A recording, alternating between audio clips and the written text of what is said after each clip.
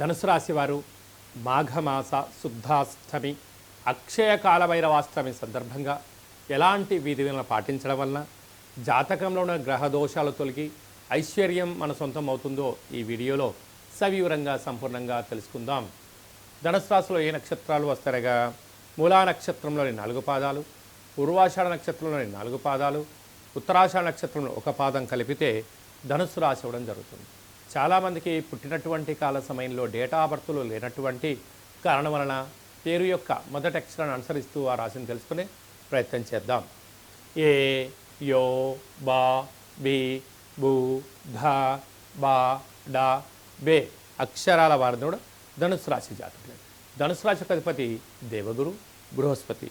వీరికి ఏడాది తర్వాత రవి భగవానుడు ధనావాకు కుటుంబ స్థానంలో బుధాదిత్య రాజయోగం ఉండడం వలన ఉద్యోగం ప్రయత్నం చేసేవారికి ఉద్యోగము, విదేశాలకి వెళ్ళాలనుకునే వాళ్ళకి కోరిక నెరవేరడం, ప్రభుత్వం నుండి వీళ్ళకి రావాల్సినటువంటి లావాదేవీలు కానీ, డబ్బులు కానీ, పత్రాలు కానీ, పర్మిషన్స్ కానీ వచ్చే అవకాశాలు చాలా అధికంగా ఉన్నాయి.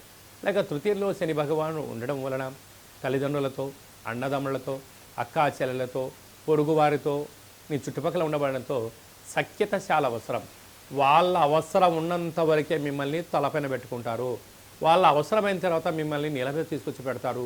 ఈ విషయాన్ని మీకు బాగా తెలిసి తీరాలి. అయ్యో చాలా కాలంగా దగ్గరికి వచ్చారు కదా అని చెప్పి మీరు పొంగిపోయి ఉండేది ఉంచుకునేది అంత తీసుకొచ్చి అప్పులు చేసి వాళ్ళ చేతిలో పెట్టారా, వాళ్ళు అటే మీరు ఇటే అని చెప్పి గుర్తుపెట్టుకోవాలి. అర్ధాస్తమ శుక్రుడు, అర్ధాస్తమ రాహు కారణం వలన ఆరోగ్య పరిస్థితి అంతంత మాత్రంగా ఉంటుంది. నరాల బలహీనత, వెన్నెముక సమస్యలు, రక్త ప్రసరణలో మార్పులు, చిరాకులు, ఇబ్బంది ఉండే పరిస్థితి చాలా అధికంగా ఉంటుంది కూడా గమనించగలగాలి. పైన లావాదేవీల విషయంలో కూడా ఎంతో జాగ్రత్తలు అవసరం అని చెప్పి కూడా మీరు గుర్తుపెట్టుకోగలగాలి.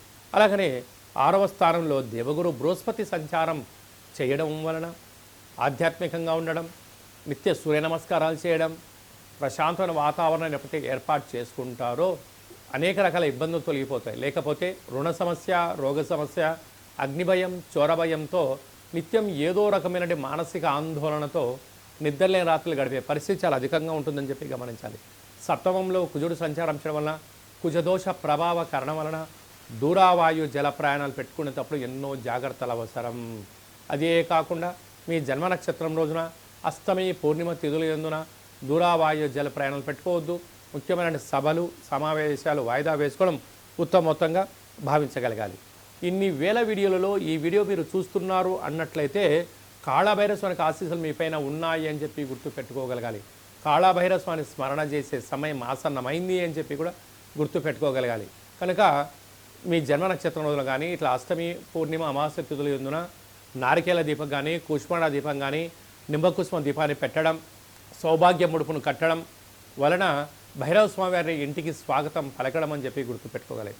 అలా స్మరణ తదనంతరము మనం ఏదైతే పనులు చేస్తుంటామో వాటన్నిటిని అడ్డంకులను తొలగించుకొని మనోధైర్యం చేత అద్భుతమైన విజయం ధనుసు రాశి వారు సొంతమవుతుందని చెప్పి గుర్తుపెట్టుకోవాలి. సాఫ్ట్వేర్ ఉద్యోగస్తులు, హార్డ్వేర్ ఉద్యోగస్తులు, న్యూస్ రీడర్స్, అలాగనే పత్రికా సేవా రంగాల్లో ఉండబడిన వారందరికీ, రాజకీయవేత్తలకు చాలా భగవంతుడి యొక్క ఆశీస్సులు అవసరం అని చెప్పి కూడా గుర్తుపెట్టుకోగలగాలి.